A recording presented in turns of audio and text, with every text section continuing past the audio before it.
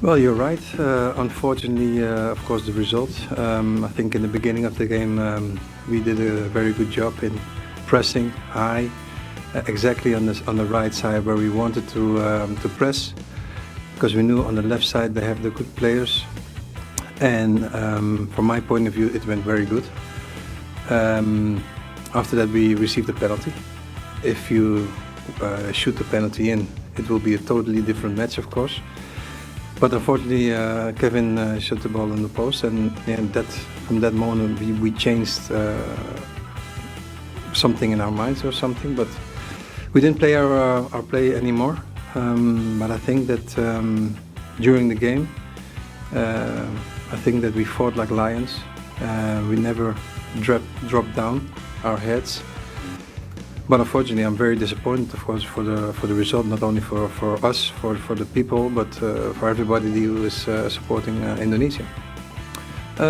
Yes, if possible, of course. That's my playing style, and I think that from the beginning that we saw the game, we had grip of the game. I think that we played better than Australia. But unfortunately, how important it is to make a penalty or not, and what it does mentally is a big thing, of course. If you score 1-0, I'm sure it will be a totally different game. Unfortunately, penalties you don't score them every time, and you know it just came on the wrong moment, and you know it's a pity for everybody. Assalamualaikum warahmatullahi wabarakatuh. Salam sejahtera buat kita semuanya. Jumpa lagi dengan saya, masih selalu di acara Katorudi Cahyo, edisi spesial sepak bola yang senantiasa membahas tentang tim nasional tercinta kita, Garuda. Ya, tentunya kita masih dengan duka karena telah dikalahkan dengan telak oleh Australia dengan skor 5-1. Ya, tentu saja semuanya pada berpikir bahwa atau berseru atau berharap kita segera move on dan menyongsong ke pertandingan berikutnya dan melupakan apa yang sudah terjadi. Saya pikir barang yang baru hangat itu masih renyah ya, masih enak untuk diomongkan, masih enak untuk disantap. Dan saya pikir ya dinikmati, wong baru hangat, baru terjadi. Kalau move on dilewatkan, ya nggak belajar nanti ya. Gimana pun kalau mau ada kritik, masukan ya sekarang ini saatnya. Ya, maka dari itu di video ini saya tetap akan mengulas tentang apa yang sudah kita lalui dengan Australia ini, yaitu kekalahan telak 5-1. Kita kalah dari Tony Popovic. Kenapa kok langsung saya sebutkan nama pelatihnya? Karena pastinya saya ingin berbicara soal head to head Tony Popovic dengan Patrick Kluivert. Saya tidak akan membicarakan tentang bagaimana track record mereka berdua, tapi yang jelas track record Tony Popovic saya kira sebagai pelatih lebih baik ya. Tapi saya tidak akan membicarakan, sekali lagi tidak akan membicarakan itu, karena itu bisa dilihat, mau googling atau mau cari info, gampang lah, itu pasti bisa dibandingkan antara Patrick Kluivert dan Tony Popovic. Dan saya akan membahas tentang khususnya Patrick Kluivert-nya, tapi sedikit pasti akan menyinggung Tony Popovic. Karena kalau lihat dari track record-nya Tony Popovic selama menangani tim Australia mulai dari September tahun lalu ya, ini sebenarnya track record-nya kita bilang bagus karena Tony Popovic berada di fase transisi ya, dari Graham Arnold yang dulu kurang begitu bagus, artinya hasilnya tidak begitu positif dan mengecewakan fans tim Australia tentunya. Tapi kemudian ganti Popovic, untuk track record dia langsung bisa menang waktu itu lawan China kalau tidak salah ya, 3-1. Terus baru kemudian semuanya imbang. Lawan Arab Saudi imbang, lawan Bahrain imbang, lawan Jepang juga imbang. Nah, hebatnya sih lawan Jepang ya, lawan Jepang imbang itu hebat banget. Itu satu-satunya Jepang imbang di grup C ini. Selebihnya Jepang itu menang terus. Dan ketika ditangani oleh Popovic lah, Jepang itu bisa diimbangi oleh Australia. Dan selebihnya imbang semuanya. Artinya kalau sekelas Australia ini nggak begitu bagus sih catatannya. Tapi kalau dalam konteks menggantikan Graham Arnold dan pada fase transisi, ini track record yang bagus. Nah, bagaimana dengan Patrick Kluivert? Patrick Kluivert ini juga sama fase transisi dan langsung kalah telak 5-1. Nah, itulah perbedaannya yang sangat mencolok antara Popovic dan Patrick Kluivert. Ya, meskipun tentu saja kalau kita mau beralibi materi pemainnya berbeda, ya berbeda. Ya perbedaannya kan jelas. Kalau kita ngomong dari market value, pemain kita jauh lebih mahal.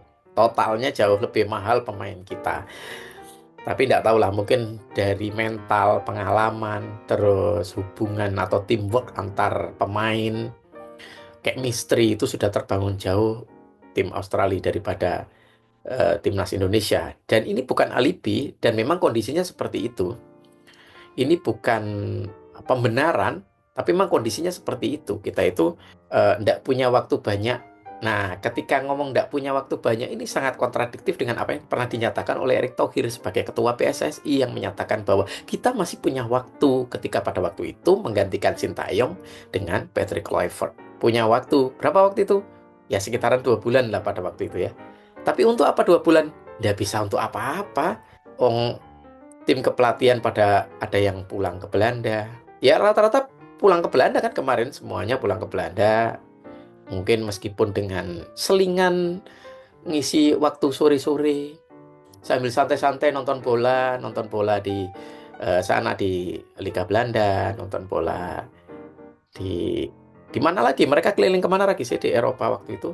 Yang jelas mereka nonton-nonton bola gitulah. Makanya saya itu sudah bilang sejak awal, perlu awareness, kesadaran yang sangat tinggi dan kuat dari tim kepelatihan yang baru ini untuk fase transisi, untuk tim yang baru terbentuk, untuk tim yang selalu mendatangkan pemain baru. Mereka tidak bisa kemudian balik. Ya memang karena tidak ada yang bisa ditangani ya, karena para pemain ini kan masih bermain di liga masing-masing. Tapi apa yang mereka lakukan selama itu, ya nggak tahu ya. Mungkin mereka benar-benar belajar. Kalau kita mau agak berpositif thinking ya, mungkin Alex Pastor lah. Mungkin dia agak mempelajari banyak hal lah tentang pemain kita, tentang timnas kita, tentang bagaimana timnas kita sebelumnya. Mungkin Alex Pastor kita percayalah, dia memang benar-benar belajar. Karena memang kalau saya lihat kapasitas kemampuannya dia, kalau nggak mau bilang kapasitas intelektualnya dia, itu bagus. Meskipun waktu itu gimmicknya yang ditunjukkan di sosial media, itu adalah menunjukkan buku geografi Indonesia. Artinya dia pasti belajar. Tapi bagaimana dengan Patrick Kluivert? Entahlah, saya nggak tahu apa yang ada di pikirannya Patrick Kluivert ya. Ya oke lah kalau kita mau bilang bahwa tim kita masih baru, terus belum menemukan chemistry dan seterusnya. Ya kalau sadar seperti itu, apa yang harus dilakukan gitu loh. Nah ini kan sebenarnya akhirnya apa yang pernah saya omongkan di video-video yang lalu. Jadi sejak pertama Patrick Kluivert itu datang, saya sudah bikin video-video tentang bahwa Patrick Kluivert itu hebat. Hebat apa? Hebat public speaking. Hebat dalam membaca apa kesenangan publik. Dan kemudian itu yang akan diekspos lewat public speakingnya dia. Itu sejak awal saya sudah bilang bahwa apa yang dikatakan oleh Patrick Kluivert, bahkan saya itu merinci. Kalau tidak salah ada 6 gimmick yang diomongkan ke publik oleh Patrick Kluivert. Kalau teman-teman mau cek ya, cek di video-video saya yang sebelumnya. Saya sudah khawatir sejak Patrick Kluivert masuk. Saya bukannya ikut-ikutan pendapat masyarakat atau fans yang mengatakan bahwa ini hebat sebagai pemain tapi tidak hebat dalam pelatihan, terus track recordnya buruk di tim Kurakau. Iya sih, ada data tentang itu. Tapi sejak gerak-geriknya, kita bisa baca itu bagaimana performa psikologisnya dia, profilnya dia ketika dia datang. Dia datang itu lebih kepada, ya dia dapat pekerjaan. Dia dapat pekerjaan. Itu dia datang ke sini karena itu gitu. Dan kemudian ya namanya orang dikasih pekerjaan, ya bagaimana caranya?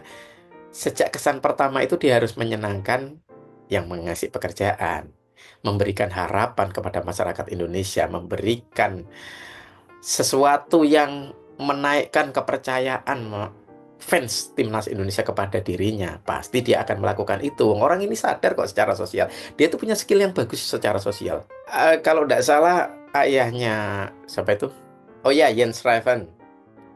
Itu kan ayahnya mengatakan bahwa Patrick Kluivert itu pribadi yang baik, pribadi yang bagus secara sosial, dia sociable, dia bisa egaliter. Sebenarnya itu modal yang bagus untuk bersosialisasi memang. Ya salah satunya mungkin itu modal yang bagus untuk bersosialisasi dengan para pemain. Tapi apakah cukup hanya di situ? Enggak cukup. Harus punya skill melatih. harus punya kecerdasan dalam melatih, kecerdasan mengenali karakteristik orang dalam permainan bola, bukan dalam nongkrong di warung kopi, itu berbeda. Nah, itu yang perlu dipelajari lagi ya oleh Patrick Kluivert. Tolong mungkin barangkali buku-bukunya dulu pada waktu fase pelatihan, atau mungkin barangkali ujian-ujiannya ketika mendapatkan lisensi kepelatihan dulu dibaca lagi, mungkin barangkali saja ya. Ada yang terlewat, namanya kan juga orang kadang lupa mungkin barangkali. Nah, itu yang perlu dilakukan mungkin oleh Patrick Kluivert. Atau kalau tidak begitu belajar bareng lah, belajar kelompok sama Alex Pastur, terus tanya-nanya gitulah kalau tidak paham ya. Nanti biar diajarin gitu sih. Kalau menurut saya itu kan lebih positif sebenarnya. Jadi ada semangat lah untuk belajar, dan kemudian menjadikan timnas Indonesia sebagai eksperimennya dari hasil belajarnya. Gitulah paling tidak. Selain hal-hal itu tadi, Pak Patrick ini orangnya memang selalu berada di antara dua hal ya. Berada di posisi kebimbangan ini juga bisa dilihat ini di bagaimana dia mengelola tim ini ketika bermain melawan Australia kemarin. Yaitu dengan ketinggalan 3-0, kita itu berharap kan ada perbedaan permainan di babak kedua. Ternyata ya tetap bimbang. Karena apa? Karena sebenarnya untuk mengganti pemain atau meracik pemain pun Patrick Kluivert ini sebenarnya enggak, kalau saya bilang ya kayak di video sebelumnya, kalau ditanya apakah benar-benar paham terhadap karakteristik keunggulan bagaimana interaksi antar mereka, saya yakin kalau itu dijawab secara jujur, itu dia pasti jawab tidak. Tapi kalau dijawab secara retoris, mengandalkan kemampuan public speaking, ya pasti tidak begitu jawabannya. Mungkin akan sedikit lebih manis ya. Di lapangan juga bisa kita lihat bagaimana marking yang diterapkan oleh para pemain ini. Jadi para pemain itu berada di kebimbangan, kebingungan antara apakah man-to-man marking atau zonal marking. Jadi nggak jelas di situ sebenarnya. Sehingga berapa gol ya? 3 gol, 4 gol bahkan mungkin ya. 4 gol itu didapatkan dari bola mati semuanya itu Australia. Karena markingnya yang nggak jelas. Saya nggak bilang markingnya jelek ya. Mungkin kalau memang tugasnya clear atau secara sistem skema permainan jelas, saya yakin pemain-pemain kita itu handal lah untuk melakukan marking. Toh dari beberapa kali bermain, bahkan ketika menjamu Australia di GBK kemarin, kita bisa clean sheet loh. Artinya kan marking untuk bola-bola mati itu sebenarnya bagus harusnya. Tapi masalahnya ini para pemain juga berada dalam kebingungan. Zonal marking kah, man-to-man marking kah, itu juga mencerminkan karakteristik Patrick Kluivert. Ini yang sebenarnya perlu dipikirkan profilingnya, video khusus profiling Patrick Kluivert sebenarnya. Karena datanya sudah banyak, kita bisa memegang data itu, semuanya ada lah untuk bikin profiling psikologisnya bisa itu. Ya gitu dari saya. Mumpung masih anget, monggo disantap, dan selanjutnya baru kita fokus kepada tim Bahrain. Ya memang kalau kalau ngomong harapan, masih ada harapan lah di timnas Indonesia ini. Taruhlah lah, mungkin nanti di pertandingan kesekian lah, entah ya nggak harus puluhan, nggak harus ratusan pertandingan yang akan datang. Tapi mungkin di pertandingan ke-7, pertandingan ke-8, pertandingan ke-9, mungkin Patrick Kluivert sudah mulai menemukan bentuknya timnas ini, dan mungkin bisa juga nanti timnas itu fase keemasannya di situ yang seperti dicita-citakan oleh PSSI. Nanti mungkin di pertandingan ke-7, ke-8 atau ke-9, mungkin di seputaran itu ketika kualifikasi ini sudah berakhir ya. Ya semoga saja nanti kita bisa sampai ke round berikutnya lah ya. Bisa ada di urutan 3-4 di grup C, dan nanti ketika ada di urutan 3-4, Patrick Kluivert jadi punya kesempatan lagi tuh untuk menunjukkan kehebatannya dia dari hasil belajar kelompok tadi. Saya pikir begitu dari saya. Kita masih punya harapan pastinya, karena jangan pernah berhenti berharap, karena berhenti berharap sama saja dengan mati. Semangat terus untuk tim nasional Indonesia. Kita tetap mendukung pastinya untuk para pemain timnas. Kita menghargai, sangat mengapresiasi perjuangan kalian, meskipun ya ada yang perform, ada yang kurang perform, ya segera berbenahlah buat yang kurang perform itu, untuk segera tune in ya. Begitu juga yang dari grade A tapi belum adaptasi, belum adaptif, lama banget adaptasinya, segera beradaptasilah dengan atmosfer fans timnas, karena kalau mau masuk di tim nasional Indonesia memang harus siap dengan atmosfer fans ya. harus siap menjadi bagian dari keluarga besar sepak bola Indonesia. Demikian dari saya, sampai ketemu lagi di video selanjutnya. Assalamualaikum warahmatullahi wabarakatuh. Ciao.